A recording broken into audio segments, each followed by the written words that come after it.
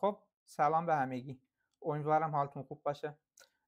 بریم در مورد یک سرویس آنلاین تحت عنوان کولاب با هم صحبت کنیم و سعی کنیم از این سرویس برای یه سری آنالیزهای بیوانفرماتیک، حالا به خصوص تو این ویدیو برای الاینمنت توالی پروتئینی ازش استفاده کنیم. من یه چند تا توالی پروتئینی دارم که قبلا آماده کردم و حالا میخوام این توالی رو حالا تو این پروژه که میخوام باهاتون پیش ببرم الاینمنتش رو تو این سرویس پیش ببریم. تو مرورگرتون کافیه سرچ کنین کولاب یا تو هم گوگل انجین گوگل سرچ کولاب رو بیارین. گزینه اول که تحت آدرس colab.research.google.com میاد سرویسی هست که ما میخوایم در موردش صحبت کنیم. خب ببینید این سرویس رو خود گوگل توسعه داده و به قول معروف یک سرویس کلود هست. یعنی سرویس ابری هست که گوگل سعی کرده یک محیط نسبتا آماده رو برای انجام کارهای آنالیزی، حالا به خصوص هدفش پایتون و کارهای ماشین لرنینگ بوده، ولی خب تو این مورد ما میخوایم از این سرویس آنلاین برای آنالیز بیوانفرماتیک ازش استفاده کنیم. این رو که زدین بیاین رو این کلید آبی نیو نوتبوک کلیک کنین تا یه صفحه براتون باز بشه.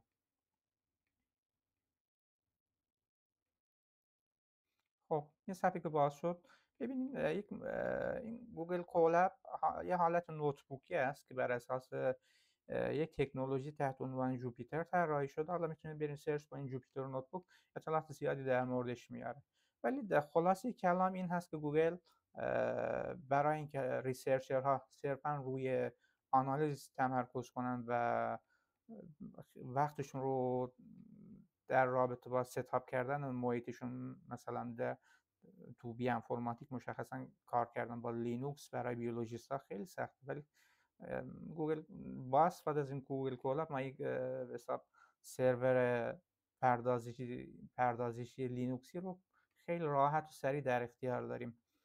محیطی که الان ما داریم ببینید بس این قسمت مرکزی وسط ما برای کدهایی است که ما میخوایم بنویسیم و اینجا یه فایل منیجری داریم میتونیم ازش استفاده کنیم و منوها رو داریم.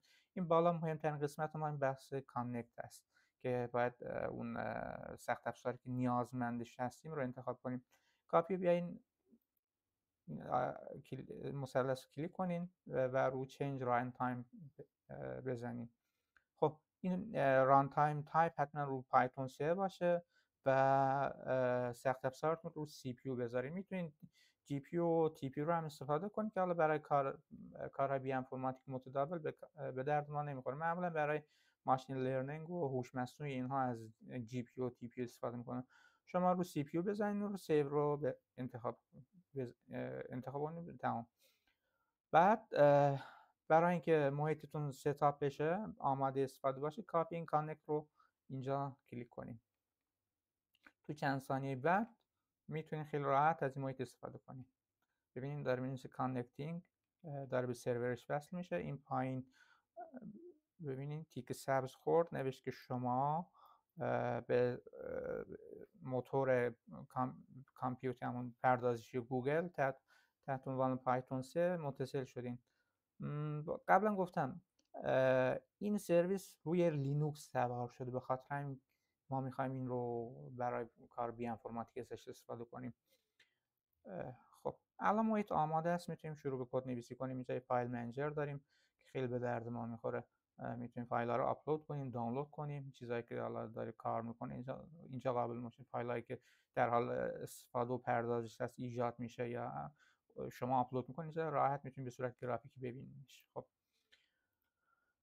ما برای اینکه الاینمنت انجام بدیم میخوایم از این نرم افزار تحت عنوان مفت استفاده کنیم.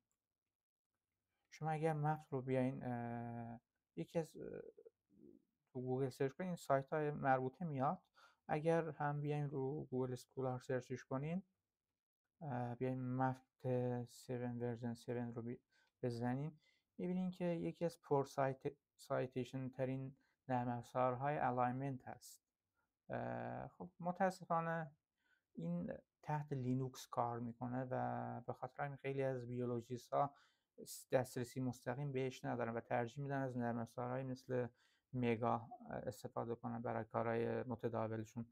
حالا با وجود گوگل کولاب شما خیلی راحت میتونید از این نرم افزار مفت استفاده کنید بدون اینکه هیچ فشاری رو سیستمتون بیاد، بدون اینکه هیچ دانش نرم افزاری یا سخت افزاری خاصی داشته باشین. خیلی راحت با چند تا کد ساده مفت در دسترستون هست، اونم به صورت رایگان. حالا اگه بخوایم اهمیت مفت رو ببینیم، کافیه بیاین کوانت کوانتست بود، آره کوانتست 2 رو سرچ کنین. اینها اومدن نرم افزارهای مختلف الاینمنت رو با هم مقایسه کردن تو مقالهشون. اجازه بدین باز بشه. خب تو مال آکسفورد هست، پابلیکیشن های آکسفورد، ژورنالش هم بایوانفورماتیکه، یه ژورنال معتبر هست. خب بیاین تو انتهای مقاله تو بخش دیسکاشنشون ببینید که خیلی واضح عنوان کردن. خب که نرم افزار دیسایفر و مفت و الگوریتم LINSش جزو دقیق ترین ها هستن برای کارهای الاینمنت. حالا ما گزینه‌های دیگه هم داریم، حالا کلاستل هست، ماسل هست، ولی مفت رو خیلی از دوستانی که رو مثلا فیلوژنی و کارهای الاینمنت کار میکنن مفت رو ترجیح میدن، چون هم سریع هست هم دقیق هست. ما میخوایم حالا تو این کار امروزمون روی این تمرکز کنیم. خب بریم سراغ نحوه استفاده از این مفت. ما کانکت زده بودیم، محیط کولاب ما ایجاد شده بود. یه کد ساده می نویسیم apt install مفت و کنترل اینتر رو میزنیم، یا میتونید روی این اینجا هم کلیک کنیم تا فرآیند شروع به انجام بشه. اتوماتیک تو محیطی که داریم، محیط لینوکسی که هست، شروع به نصب کردن مفت از سروراش میشه بدون اینکه میگم سیستم شما درگیر بشه. شما کافی فقط یه مرور رو لود کنین، حتی این کار رو میتونید تو تبلت یا موبایل هم انجام بده، ولی خب برای راحتی کار لینوکس بهتر، ببخشید لپتاپ یا کامپیوتر بهتر. خب تیک سبز که اینجا کنارش ایجاد شد یعنی این سلول ران شده و نرم افزار با موفقیت نصب شده. ما بیایم این اوتپوت رو هاید بزنیم که خیلی اینجا رو شلوغ نکنه. یه بار دیگه این رو کد کلیک میکنیم تا یه سلول کد نویسی دیگه برامون ایجاد بشه. خب بریم سراغ فایلی که میخواستیم الاینمنت انجام بدیم. این رو من از NCBI گرفته بودم. حالا اون هدف این بود که پورتین CP یا پورتین پوششی پوتی ویروس رو دانلود کنم. سرچ که زدم علاوه بر پورتین CP، پلی پورتین و یه سری پورتین های نامربوطه هم دانلود شدن. ببینین تول های مختلفی داره. خب میخوایم حالا اینها رو با هم الاینمنت انجام بدیم. ببندیمش، بریم سراغ گوگل کولاب. بیایم فایل رو آپلود کنیم با کلیک کردن روی این آیکون. بله پورتی سی پی یه وارنینگ میده که شما میگید در حال آپلود کردن هست. اخطارهای اولیه است، خیلی جدیش نگیریم. خب سی پی آپلود شد خیلی سریع چون حجم فایل ما کم بود. حالا بیایم کدش رو، کد الاینمنت بنویسیم. مفت بود یه TH2 رو میزنیم که بگیم ما میخوایم از 2 تا هسته سی پی استفاده کنیم. گوگل کولاب بهتون تو حالت رایگانش 2 هسته سی پی میده و 12 گیگابایت رم، 108 گیگابایت هم حافظه ذخیره‌سازی بهتون میده. این سخت افزار رو شما میتونید به مدت 83 ساعت به صورت مداوم ران کنید. سخت افزار معقولی هست برای کارهای دم دستی و ابتدایی.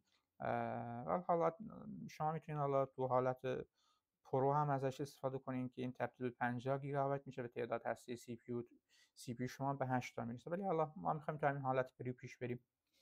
خب گفتیم که مفت رو میخوایم ران کنیم، تعداد هسته ما 2 تا هست. توالی اینپوت رو ما میزنیم، میتونیم بیایم اینجا رینیم رو بزنیم، کنترل آر بزنیم تا همه این تکست انتخاب شو، کنترل سی برای کپی به اینجا پیستش کنیم تا اسم توالیتون اوکی بشه. خب خروجی رو مشخص میکنیم. حالا می نویسیم که پوتی CPALN به عنوان مثلا الاین شده است. خب دستور که به این صورت تایپ کردیم، کاپی کنترل اینتر رو بزنید یا روی این کلیک کنین تا اجرا بشه.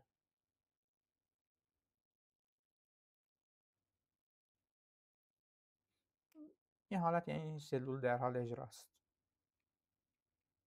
شما برای اینکه اگر بعضی موقع آنالیز خیلی طول میکشه یا حال خطای رخ میده، میتونین استاپ رو هم بزنید تا آنالیز رو کنسل کنید و به اصلاحاتتون بپردازید. حالا ما اجازه میدیم ران بشه. خب 24 ثانیه طول کشید تا ران بشه.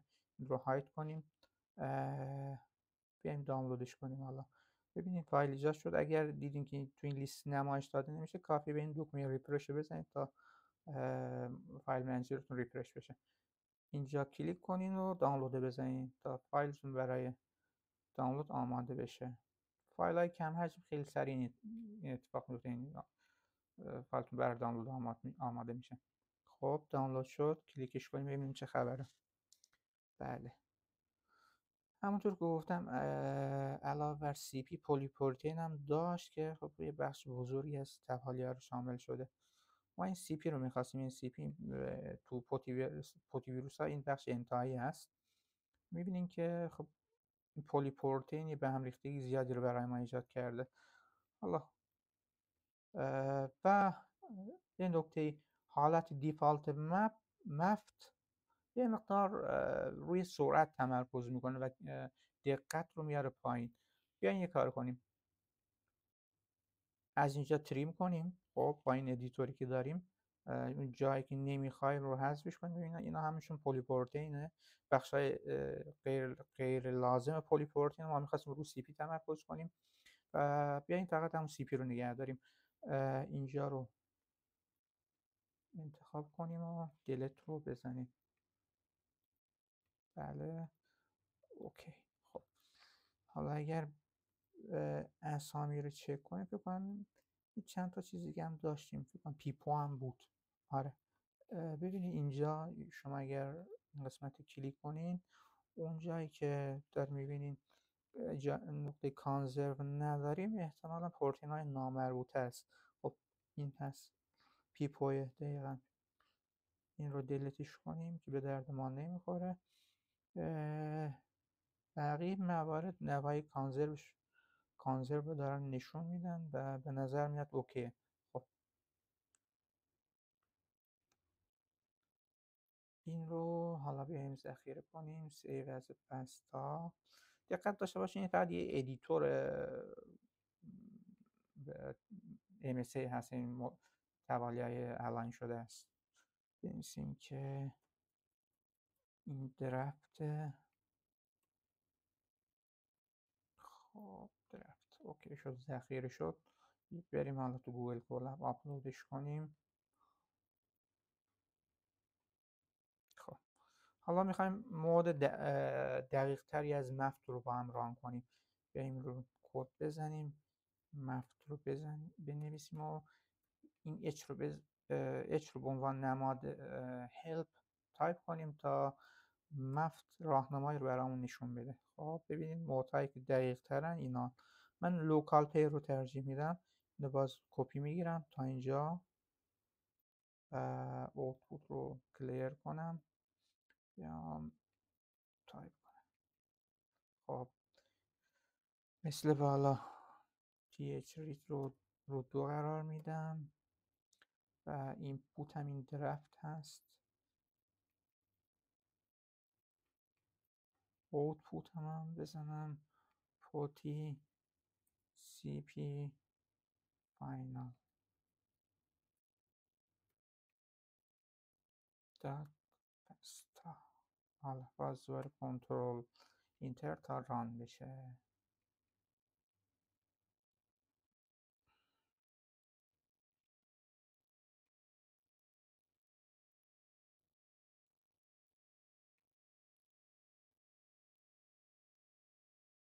16 ثانیه حتی از مود دیفالتش هم سریعتر شد، چون ما ناحیه‌های غیر لازم توالیه‌مون رو حذف کردیم. گفتن که اون بخش بزرگی از پلی‌پروتئین ها که سی پی رو شامل نمیشن حذف کردیم. کاهش طول توالی رو سرعت خیلی تاثیر گذاشت. این رو 16 ثانیه توالی من انجام شد. خب ریفرش رو بزنیم، اومد دانلود، ببینیم چه خبره. اوکی، بله، خب بهتر شد. لوکال که گزینه لوکال رو که انتخاب میکنید سعی میکنه توالی رو اطراف نوای کانزرو الاین کنه و هدفش این نباشه که مثلا همه نوای رو پوشش بده. خب من اگر بخوام استفاده کنم میدونم که از اینجا، آره دقیقا از اینجا میتونم حذف کنم، غیر لازم. حالا شما میتونید بسته به نیازتون تریم های مختلف روش اعمال کنید.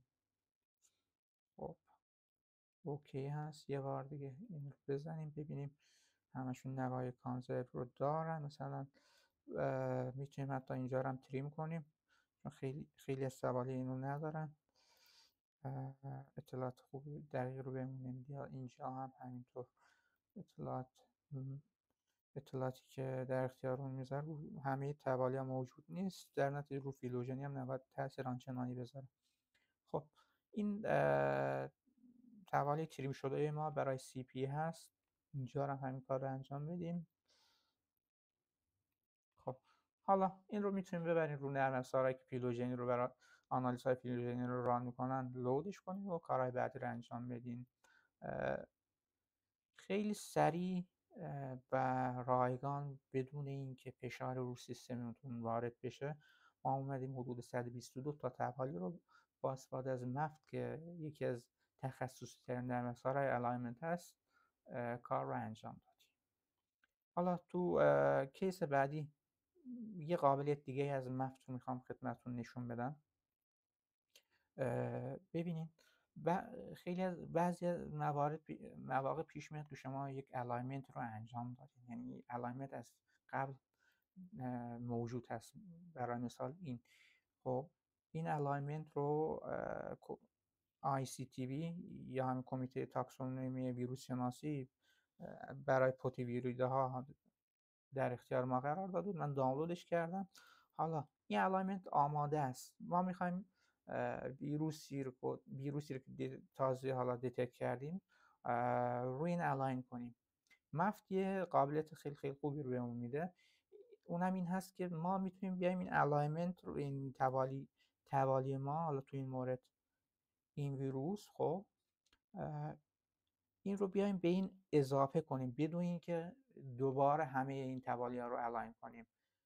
بیاین انجامش بدیم تا متوجه بشین دقیقا منظورم چیه. یعنی شما الاینمنت قبلیتون رو به عنوان ریفرنس نگه میدارین و توالی جدیدتون رو به این اضافه میکنین تا ببینین اون توالی که تازه به دست آوردین چه موقعیت تاکسونومی که بین این توالی که قبلا الاین شده داره، به جای اینکه یه بار دیگه همه اینا رو الاین کنیم. ببینین الان ما حدود 200 تا توالی داریم، باز به علاوه اون توالی که الان داریم 200 تا سیکونس میشه و طولشون 1575 تا است. اگر بخوایم همه رو دوباره الاین کنیم خیلی طول میکشه. به علاوه اینکه این رو به عنوان ریفرنس برای ما مطرح کردن و مقایسه توالیمون تو الاینمنت ریفرنس خیلی به ما کمک میکنه تا جایگاه تاکسونومیک رو خیلی دقیق تر تشخیص بدیم.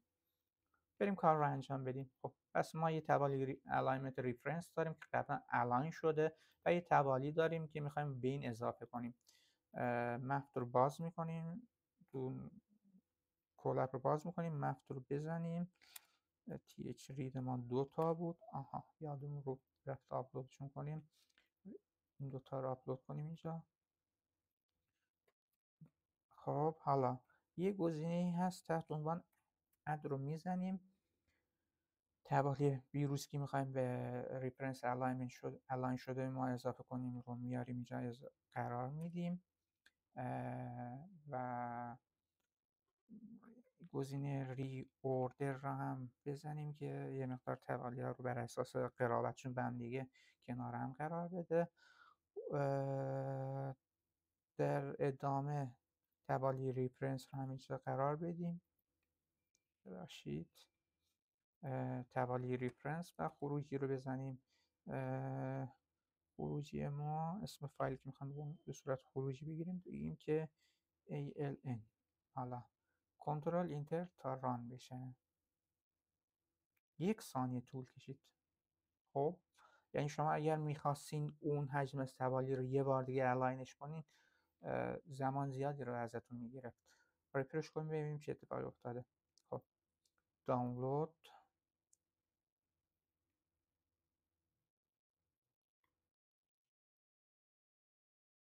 بله. خب بله ری اوردر شده. توالی ما هست که به این توالی قبلی اضافه شده. خب ببینید اینا این حجم از دادا رو تریم کردن. فکر کنم اینجا مربوط به پیوان هست که پیوان خیلی وریبل تو پوتی ویروس ها. نوای کانزروی که آی سی تی بی انتخاب کرده رو میتونید قشنگ مشاهده کنین. خب حالا ببینید یه حجم زیادی از داده ما نیاز به تریم شدن داره. این الاینمنت ما مفت یه گزینه خوبی رو بهمون میده که این یعنی این تریم کردن این بخشا رو خودش اتومات انجام بده. بیاین یه بار دیگه ران کنیم و نتیجه رو دوباره بررسی کنیم. کافیه که اینجا بیاین بنویسین چیپ لنز. خب این پارامتر هم که بهش اضافه کنین تریم کردن خودش اتومات انجام میده. تیار رو به عنوان نماد تریم بزنیم و یک بار دیگه رانش کنیم. خب بله دانلود.